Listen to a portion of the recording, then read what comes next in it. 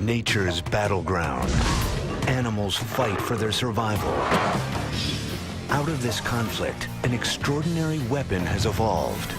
One that forever changed the rules of engagement between predators and prey. It is one of evolution's greatest achievements. The eye.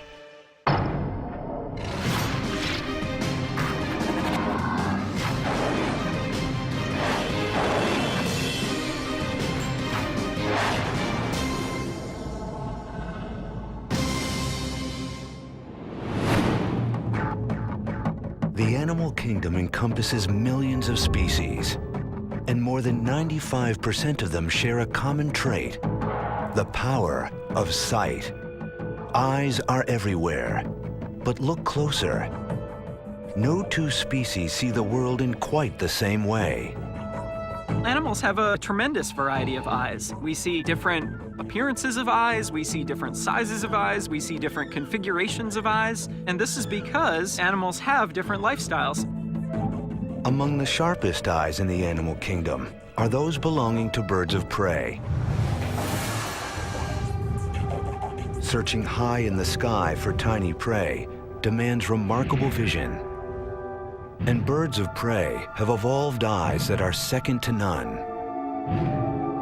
This eagle spies its prey from more than a mile away. Even while diving at speeds of 200 miles per hour, it tracks its target with deadly precision.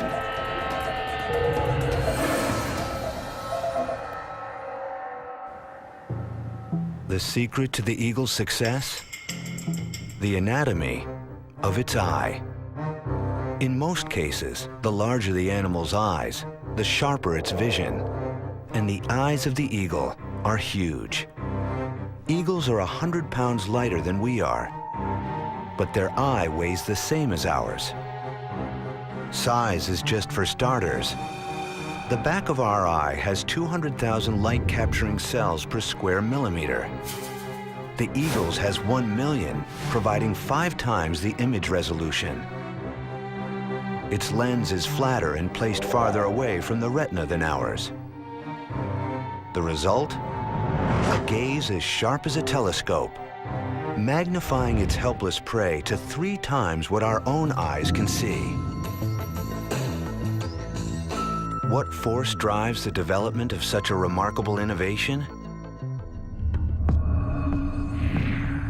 Evolution. The sparks of evolution are tiny, random genetic changes. Every once in a while, there's a little mistake made when the DNA is passed on from generation to generation. And those mistakes are called mutations. And sometimes the mistakes cause problems, other times they create new opportunities. Mutations that boost survival and reproduction are favored by natural selection. Species that can't adapt disappear. 99% of all species have gone extinct over time. The survivors are equipped with mutations that have given rise to uniquely powerful traits. The eagle has evolved one of the most powerful eyes in nature, but it is just one of the many different types of eyes that have evolved over time. Animal eyes are an excellent example of convergent evolution. All the eyes on different animals across the planet today did not evolve from the same ancestral eye. In fact, eyes have evolved numerous times in different lineages. Remarkably, evolution has used the same basic genes to build the eyes of creatures as profoundly different as flies, squid, and humans. Research points to an origin for these building blocks of all vision 600 million years ago. The Earth's oceans are calm. There are no monstrous predators to contend with, no creatures armed and ready for combat. Sea life is simple. Animals come in 2 sizes, small and extra small. They're soft, with little protection, and they have one speed: slow. But it is here that one group of creatures took a dramatic step toward vision. These pioneers are long extinct, But one of the oldest living lineages of animals still swimming in today's oceans provide a peek into the past. Jellyfish. Biologists Alex Goodell and Chad Widmer of the Monterey Bay Aquarium are on the hunt for a test subject. Go get him. One that can give them insight into the roots of vision. Oh, yeah, that's a nice looking one right there, yeah. This is Polyorchis, more commonly known as the bell jelly. The anatomy of this delicate creature is about as simple as animals get. It has no skeleton, no heart, and no brain, just a loose network of nerves. But it has a crucial innovation that its survival depends on. A ring of small dark spots line its base. Light-sensitive organs called eye spots. We can only imagine what these most basic of eyes can see. Vision for them is very different than for us because we are able to form images quite well and they aren't. So it's kind of more of a blurry world for them than for us. Scientists don't know why the distant ancestors of modern jellies evolved light-sensing cells when they did. But Goodell can show how they have helped jellyfish survive for 600 million years. She has designed a simple experiment showing how bell jellies use light detection to their advantage. I'm interested in seeing if different animals that don't form images can see different colors if they respond to different wavelengths of light. Goodell subjects the jelly to light waves that it would find in its natural environment. First, she hits the jellyfish with a dose of green light. On cue, its body goes limp and drifts to the bottom of the tank. See, the tentacles are getting longer. Oh, yeah, yeah. So you can definitely see when they're relaxing. Tentacles extend, they pulse less frequently. The green light usually makes them appear to relax. They usually will drop down to the bottom and their tentacles will extend and their bell pulse rates will decrease. Why does green light put the jelly so at ease? It's the wavelength of its home turf, the ocean floor. They usually spend most of their time on the bottom where they would naturally be getting a lot of green light. They find most of their food on the bottom, so they're used to being in this type of light. Goodell then switches things up. Purple light fills the tank. Suddenly, the jelly pulses wildly. When I flip on the purple light, the jellies seem to go into this escape response. Their tentacles shorten up and their bell pulse rate increases. It's a reaction akin to us fleeing from a fire. To the jelly, purple light means one thing. Injury, or even death, might be imminent. The reason is simple. Short wavelength light, like purple or ultraviolet, blue lights, it's actually higher energy, and it can be very damaging for organisms that are transparent. So a lot of transparent animals rise up in the water column in the evening and hang out on top at night. And then in the morning, as the sun's coming up, they migrate back down. Light triggering action. A simple vision system, to be sure. But it's helped jellyfish survive over 500 million years as they find food and evade predators. But the eye's evolution would not stop there. More than 500 million years ago, the calm waters are to be overrun with a new breed of creatures. Eyes are about to get a powerful upgrade and unleash an evolutionary arms race that will forever change life on Earth. The dawn of the Cambrian period, 544 million years ago. The animal kingdom is undergoing a time of transition. Early animals were simple, passive creatures, drifting through the current or anchored to the sea floor. But over the course of 50 million years, a lot is going to change. Life undergoes an explosive transformation. thousands of new species burst into being, including the oceanic ancestors of dinosaurs, elephants, and humans. This is evolution's Big Bang, the Cambrian explosion. For that time, there was little, if any, animals present on planet Earth. And within about a 20 to 30 million year period, basically all of the major animal groups appear in the fossil record and start diversifying. So it's a time of major evolutionary change. Scientists like Bruce Lieberman are discovering ancient clues about why the explosion happened. This really is one of evolution's big unanswered questions.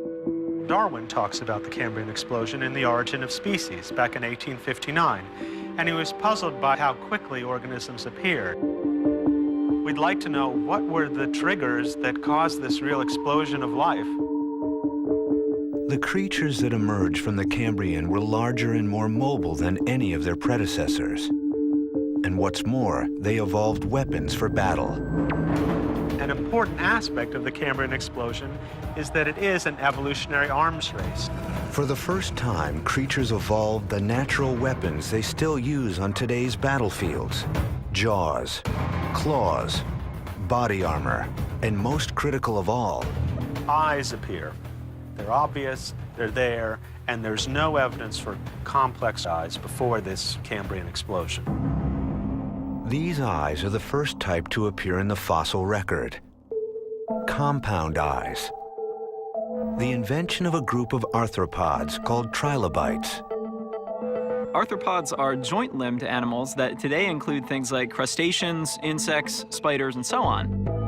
The compound eye is a type of eye that's possessed by these arthropods. On closer look, it's clear that these eyes are nothing like our own. So you can see these two round structures on the head, and when you look at them in detail, you can see small circular bodies in a series of rows. Each row has several of these circles, and when we look at them, you can recognize that these are eyes with many lenses. Trilobite eyes are one of the earliest results of the animal kingdom's most feverish arms race. Coincidence? Or was the evolution of more powerful eyes the spark that triggered the Cambrian explosion? Eyesight is part and parcel with predation and things avoiding predators. So if there were not the development of eyes, you might have had some of the sparks of the Cambrian explosion, but I don't think you would have had the full bang. Just how did the trilobite manufacture an eye of such complexity? They took advantage of the materials at hand. Their eyes are made of rock. This rock is calcite, and in fact, it's the same rock or mineral that makes up the trilobite eye. Trilobites secreted this mineral from their skin to form both their rigid shells and equally rigid eyes. That's what their skeleton was made of. They had to evolve an eye out of this substance. So it means we've got a beautiful record of what their eyes looked like. Without calcite, trilobites would be not only naked, but blind.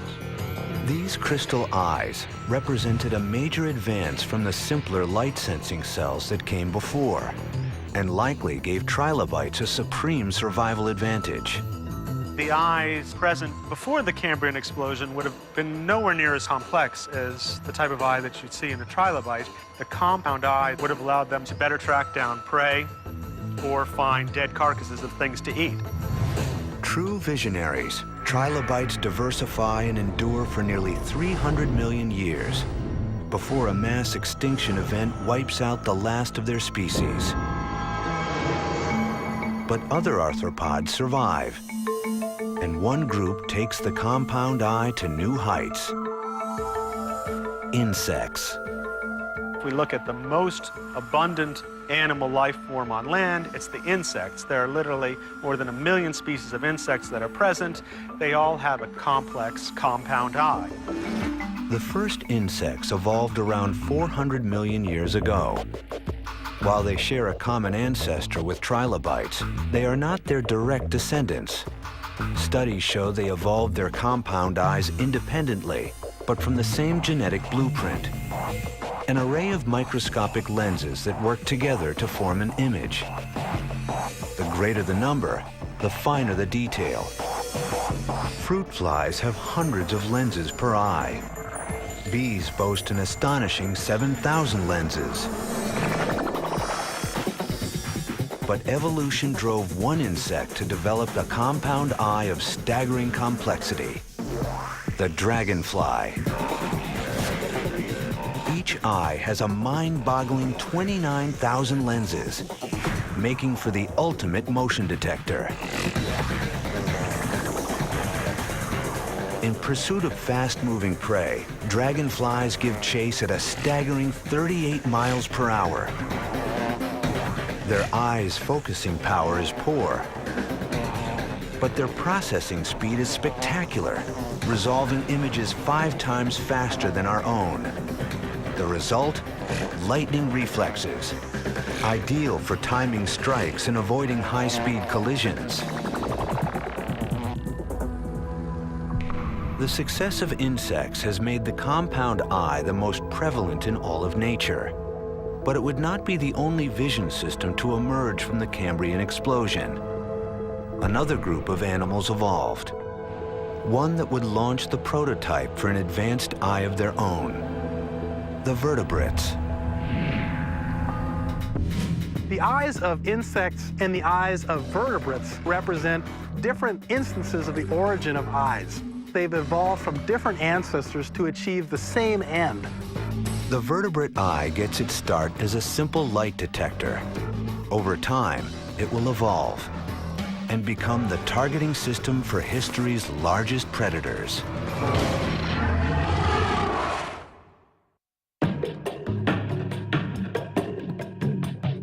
When we look at Earth's creatures, we find that many of them look back with an eye akin to our own. In fact, one type of eye powers the vision of all vertebrates, animals with a backbone. A single-lensed camera made of soft tissue, known as the vertebrate eye.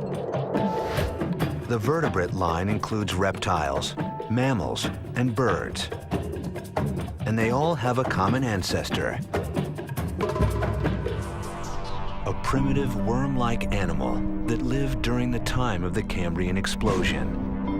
How this creature's crude eyes developed into the intricate organs we see with today has fascinated scientists since Darwin. The vertebrate eye is really an icon of evolution. Early detractors of Darwin used it as an example of a feature that is so unbelievably complicated, and it's so obviously a machine, and there's so obviously the mark of an intelligent designer there. Darwin's famous response was to go through a series of intermediate evolutionary steps and show how you could start with a cluster of photosensitive cells on the surface of the skin. From there, you could create a pit eye, which essentially, putting those photosensitive cells at the bottom of a pit creates the first directional sensitivity. And from there, you could evolve other sorts of focusing or accommodating parts of the eye, and essentially show that it was plausible that you could have a whole series of steps that lead up to a complex camera eye. This new eye would sweep through the ocean, providing an advanced weapon in the escalating battle between predators and their prey. The genes for building the eye were passed down to all the branches of the vertebrate tree, from the first fish to sharks, and on to shallow water swimmers who would boldly set their sights on an unexploited world. Land, a new arena that one group of predators would come to dominate.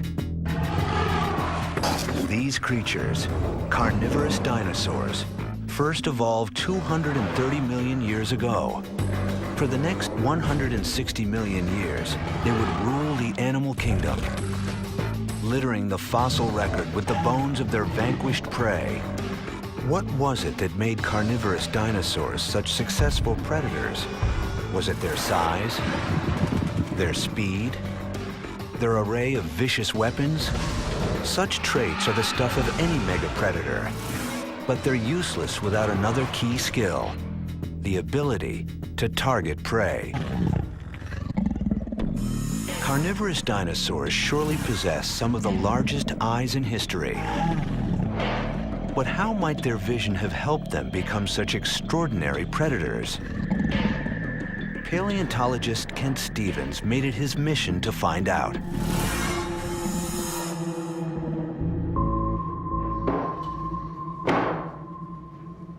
Very interesting to know what it was like to be a dinosaur. What kind of vision did it have? How did it use its eyes? Stevens faced a major obstacle. Unlike their bones, the eyes of dinosaurs have not stood the test of time. It's essential to fill in the missing pieces because the soft tissue of the eyeball, of course, never is preserved. What you mostly have is just the bone.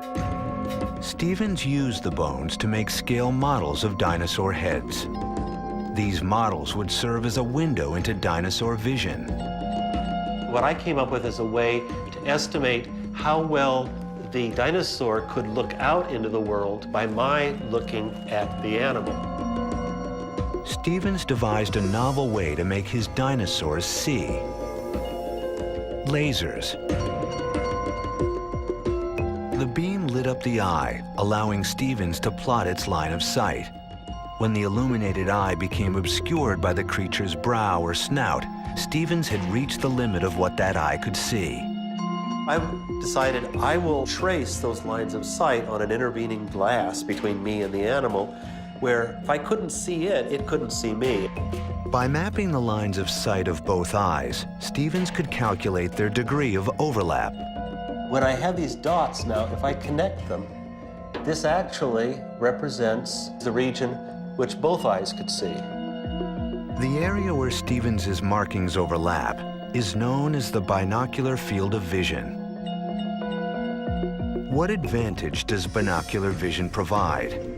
Binocular vision, seeing something with two eyes, is very good for making fine depth judgments. If you have two eyes and you can simultaneously focus on an object in space in front of you, your brain can do a little bit of trig and decide exactly how far away that object is. How would this aid a predator? Imagine a large dinosaur whose two eyes face to the side, resulting in two fields of view that don't overlap. This makes it difficult for the creature to see an object as distinct from its background and to gauge the distance to it. But if its eyes face more forward, their fields overlap, providing a degree of binocular vision. Suddenly, it's a 3D world. Engaging distance to a target is no longer a problem. Stevens knew if he could work out the binocular vision of carnivorous dinosaurs, he could determine how they hunted their prey. He trained his sights on the most iconic member of their group, Tyrannosaurus Rex. With 13-inch canines, this 6-ton beast was certainly armed to the teeth. But did T-Rex have the targeting system to back up its bite? T-Rex had 55 degrees, which is very substantial binocular overlap, as much as hawks. Stevens concluded that this vision system allowed T-Rex to target its prey at a distance and pursue it on the run. That certainly would have selective advantage toward being a better predator. You can just stay locked onto your target, and the amount of overlap could allow you to see how the world is moving as you're moving forward. 3D vision was a vital part of T-Rex's arsenal. And looking at skulls from different points in the animal's history, Stevens found it evolved even better 3D vision over time. Its snout narrowed and its cheeks hollowed out to allow for increasingly forward-facing eyes. These animals reshaped their heads evolutionarily for a purpose. You see this steady progression toward more and more binocular vision, so it must have been of advantage to the animal. With forward-facing 4-inch diameter eyes, T-Rex's vision likely ranked among the most detailed in the animal kingdom.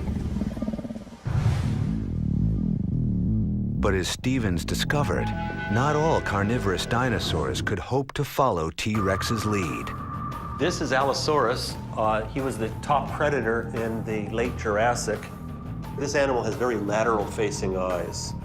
And not only that, but there's a whole structure here along the top of the snout of this animal, which completely obliterates the view from the left eye to the animal's right and vice versa. So this animal has essentially blinders on it that keep it from being able to have a very wide field of view. Allosaurus turns out to have about 20 degrees of binocular overlap. How could a dinosaur saddled with blinders be a top dog of the Jurassic? It turns out less binocular vision led Allosaurus to assume a craftier mode of predation. Modern predators that have so little overlap between the two eyes, you tend to find that they are ambush predators, like a modern crocodile. One of the important aspects of an ambush predator is to be able to have surveillance and awareness of what's going on around it. So the idea of lateral-facing eyes is completely consistent with an ambush predator. They basically wait until the meal comes to them. They have a task of judging whether the time is right to lunge and try to take out the prey.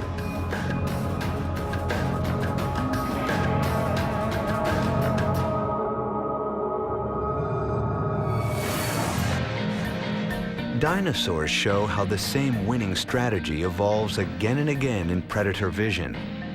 The opposite strategy holds true for prey animals.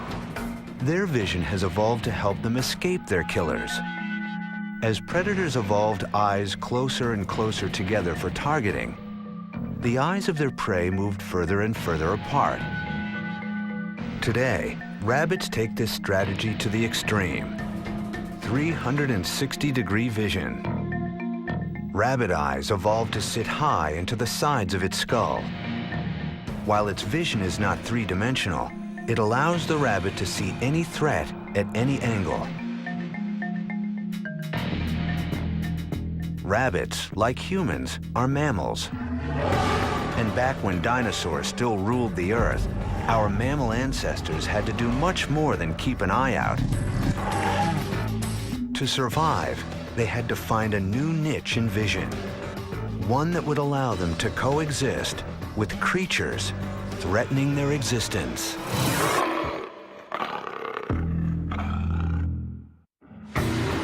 100 million years ago, dinosaurs rule the Earth. The odds are stacked against any animal competing with these mega predators, especially for the evolutionary newcomers, the world's first mammals, pint-sized animals not much larger than mice. When the dinosaurs were running around, there were also mammals. But the only mammals that were around were very small, they'd fit in the palm of your hand, and they were just trying to keep out of the way of the dinosaurs. For mammals, the era's underdogs, it was either scurry or be squashed. These tiny creatures adapted to an unexploited niche, the nighttime, and evolved a vision system that could thrive in the dark. Night vision, a triumph of eye evolution and a trait essential for survival in many mammal species today. Many varieties of modern mammals also see well in the dark, and many of them are also nocturnal. And in some cases, at least, this is probably left over from their evolutionary heritage, as small mammals hiding in the shadows of dinosaurs, emerging at night, and feeding. What changes did evolution make to the eyes of nocturnal animals? That's a question Chris Kirk is trying to answer. I tell my friends it's one of those things that you would have expected that somebody back in the 18th century went around collecting eyeballs. But to my surprise, when I started looking for data on just the gross anatomy of the eye, there was very little that had been published. And so spent, about a year and a half collecting eyes. Kirk uses his extensive collection of eyeballs to study the mechanics of night vision. By putting his subjects eyeball to eyeball, he's able to compare them and see how their anatomy has evolved to deal with the dark. What's the difference between the eye of a day-active monkey called a marmoset and a night-active fat-tailed dwarf lemur? It's the size of their corneas.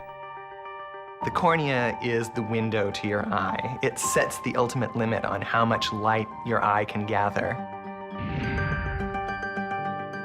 The cornea is a clear curved shell that provides focusing power and ushers light into the pupil.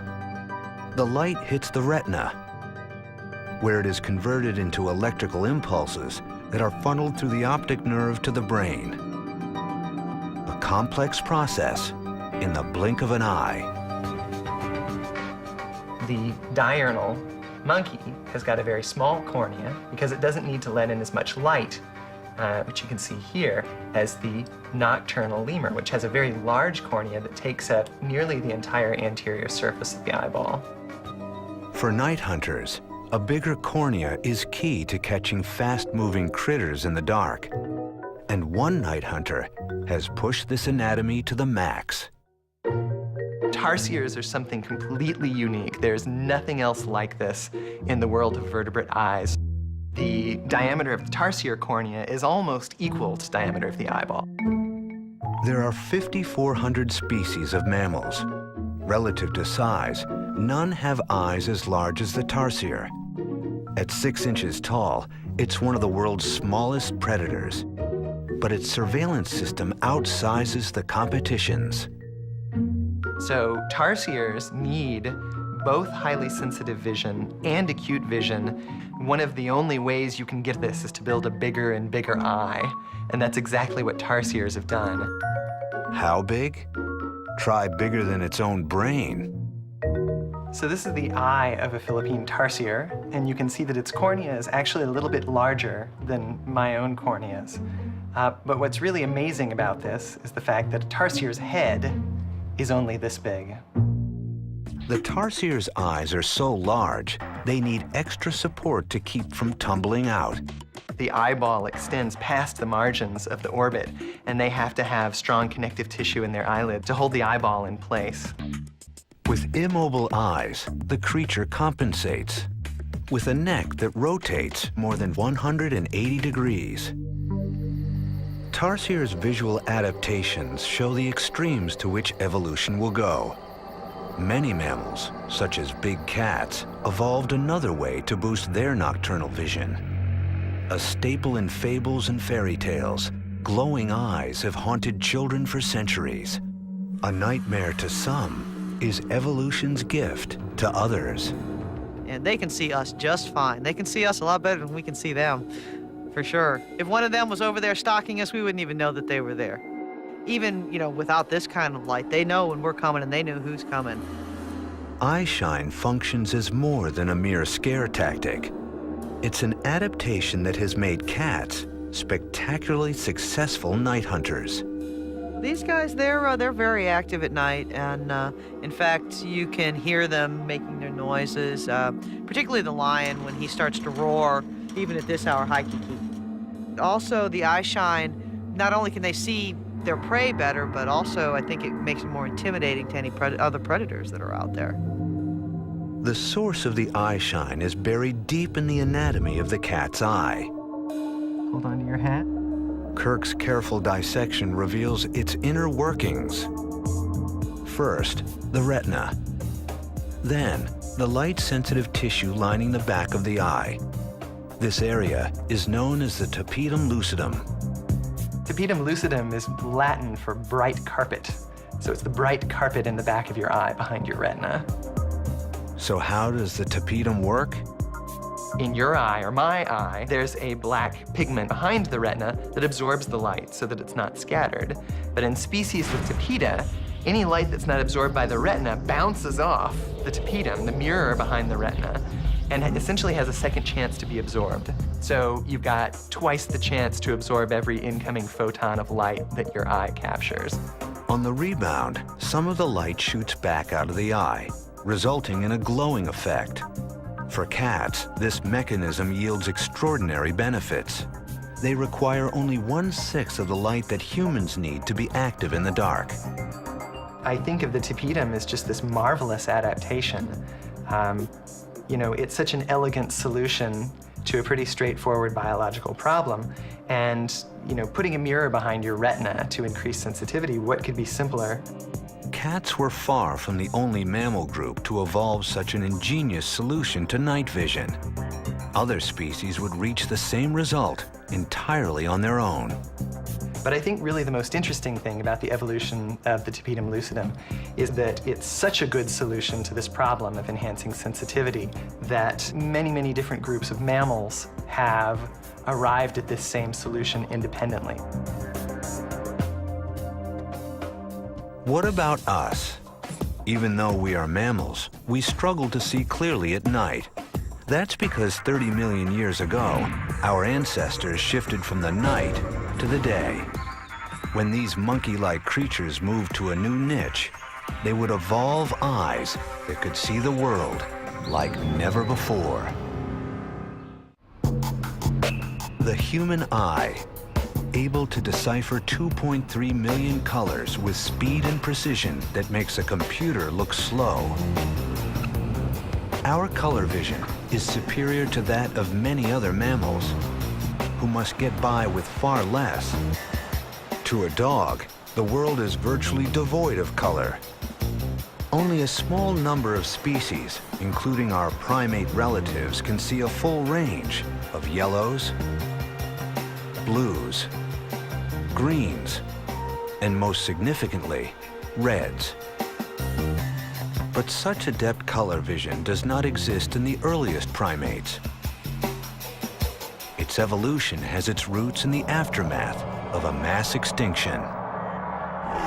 About 66 million years ago, a gigantic asteroid caused the extinction of all non-avian dinosaurs and paved the way for the rise of mammals. After the dinosaurs disappear, mammals radiate. All of a sudden, they start diversifying, and one group of mammals is the primates, and they go straight for the trees. Once primates settle into the forest canopy, they evolve into new species. One of those lineages becomes day active, the ancestors of today's monkeys, apes, and humans. They evolve a new adaptation in their eyes not seen in earlier species, an expansion of their color vision. A standard range of colors consisting of blues and greens now include red. Why would primates need to see red in their new world? For clues, biologists look to primates today. Howling monkeys are this wonderful, unique animal that may give us some insights into our own evolutionary past. Biologist Nate Dominy has spent his career researching primates as a means of understanding our own evolution. They're almost like a time machine for looking at what the ancestral monkey in Africa and Asia might have been like. We might get clues to what its diet was like, its social behavior, its anatomy, and that ancestral animal was the one that gave rise to all subsequent monkeys and apes and ultimately humans. Dominy wanted to know why natural selection favored improved color vision in our ancestors. What did they gain by evolving to see the color red? Dominy went on a year-long journey to study primates in their natural habitats. Part of my PhD research was to go to Africa to study monkeys with different diets and to study chimpanzees and to see if there was some sort of common or unifying food item that they might have all turned to that might explain why these monkeys all routinely share a very similar type of color vision. Dominy scanned the rainforest canopy for test subjects, hoping to capture leaf samples from where the monkeys had stopped to eat. But he had a problem. What a monkey eats was high above his reach. It's challenging in the rainforest in particular. When an animal is at the top of that tree eating something and you want the sample, there's not many ways to get it. Left with no other choice, he had to take up arms. We use this very stout, handmade slingshot from Panama that fire small pebbles up into the canopy and leaves will come down. And it's a great way for sampling the types of foods that primates might eat. After collecting and packing up the key samples, Dominy's real work began. Using an instrument called a spectrometer, he recorded the color of each leaf he had gathered in the field. You see that peak in this green spectrum? So that's telling you that this is a green leaf. Now you see how, compared to that last one, This is peaking much more here in this orange region into the red region. Nate's data yielded a remarkable discovery. Not only were the monkeys eating red leaves composed the majority of their diet. It turns out the redder the leaf, the younger and more nutritious it is. Old, mature leaves, the green leaves, they are tough, they're full of toxins. They're generally leaves you want to avoid. So primates in general tend to go for the youngest leaves possible. And if those young leaves also have a color cue that distinguishes them from mature leaves, then it may be advantageous to evolve a mechanism for detecting those young leaves. To primates, red wasn't simply another color. It was a beacon, a homing device, allowing them to target their key food source from a distance. If it sees red leaves in the canopy, then it knows automatically that those particular leaves are young. And so it can save energy, it can save time, it can travel directly to those young red leaves rather than randomly searching throughout its environment. Increased color vision, a strategic evolutionary leap that scientists discovered was one of many. Primates would soon reap the rewards of another crucial adaptation, binocular vision. It's a trait that predators have repeatedly evolved. But for primates, it served a new function. Primates have eyes at the front of their head, but they're not predators, so why would they do that? Great thing about having two eyes pointing the same direction is you get depth perception. If you're going to jump from one tree and try to land on another tree, depth perception is a really good trick to have. Over time, primates evolved a binocular field of vision of 60 degrees, on par with birds of prey. It's an evolutionary step that allows primates to capitalize on their hand-eye coordination. But this increased binocular vision comes at a price. Unlike the rabbit, primates now had a limited field of view. Most animals have eyes that are laterally placed on their heads, which is to say the eyes are on the side of the heads. And this provides these animals with a panoramic view. And that's really, really useful for detecting predators that may be coming from behind you. So there's a significant cost to putting your eyes in the front of your head. But the advantages are that you have better depth perception, you have better acuity. Once primates abandoned a vision system built for protection, birds of prey were ready to benefit. Swooping in from the sky and plucking primates from the treetops, these aerial terrors were threats to be reckoned with. Based upon the evidence that we have from the fossils, birds of prey have been exerting some type of selective pressure on primates for as long as there have been primates and raptors. Primates were easy targets for these winged predators. Under siege, primates evolved a new kind of behavior. They had to depend on each other. You can imagine then that once these animals evolved eyes on the front of their heads, they needed to live with other animals so that they could improve the probability of detecting a potential predator. Group living was the primates' answer to predation. It allowed them to maintain their high degree of binocular field of vision without sacrificing safety. Their keeping watch with a communal eye resulted in an evolutionary side effect: larger, more powerful brains. So you can see the evolution of group living. And once group living evolves, you have a strong selective pressure, or you might say that evolution favored larger brains, because that's more individuals that you have to remember. Fossils show how the visual system of primates improved over time. Both the eye sockets and the optic nerve canal grew larger as brain size increased. Primates put huge demands on their sight, from color vision to increased binocular vision. They became extremely sensitive to the slightest change of expression on the faces of other primates.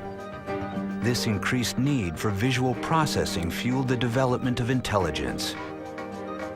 And you can see how this sort of runaway process for group living, larger brains, avoiding predation, could give you the suite of characteristics that define the primate order to which we belong. A complex and mysterious organ, one that has fueled evolution for more than 500 million years, driving an eternal arms race between predator and prey, and becoming an indispensable tool for millions of species. The eye, an engine of evolution and one of its ultimate masterpieces.